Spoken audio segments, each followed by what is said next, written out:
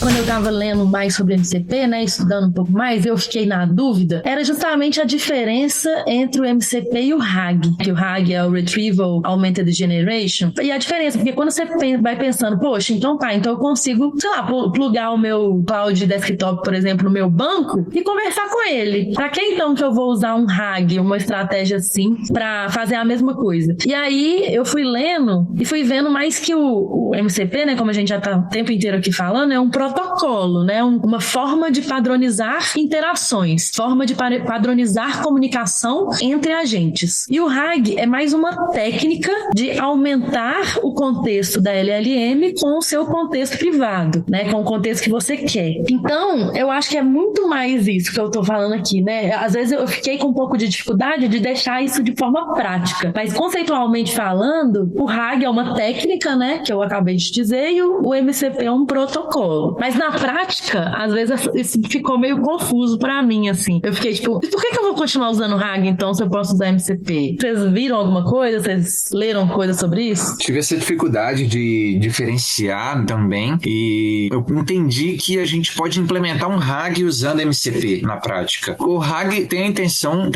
o propósito de dar mais contexto ao seu agente, ao seu modelo. Você pode fazer isso usando MCP ou conectando em qualquer uma dessas milhares de fontes que a gente falou aqui, sabe? Então, eu entendi, foi isso. Você pode implementar um RAG usando MCP. Não é que um vai substituir o outro, que um é concorrente do outro, ou algo desse tipo. Acho que se complementam. Eu fiquei lendo que é mais ou menos assim, né? O RAG, ele parte de um princípio que é, basicamente, você tem uma fonte de dados privada, né? Que você sobe para um banco vetorial e aí você faz, por exemplo, uma pergunta para a sua LLM. Aí, essa pergunta, ela passa por uma forma de embedding, né? Então, ela busca lá as palavras-chave, não sei o quê. E aí, da mesma forma, o meu conteúdo lá do meu banco, ele também é separado em chunks, né? Tipo assim, pedaços, que aí, via similaridade, junta essas duas coisas e joga como contexto da LLM, como se fosse isso. Ou seja, né, o embedding da minha pergunta faz uma busca no meu banco por similaridade e aí eu consigo encontrar um contexto reduzido que faz sentido com aquela pergunta, jogo para a LLM e ela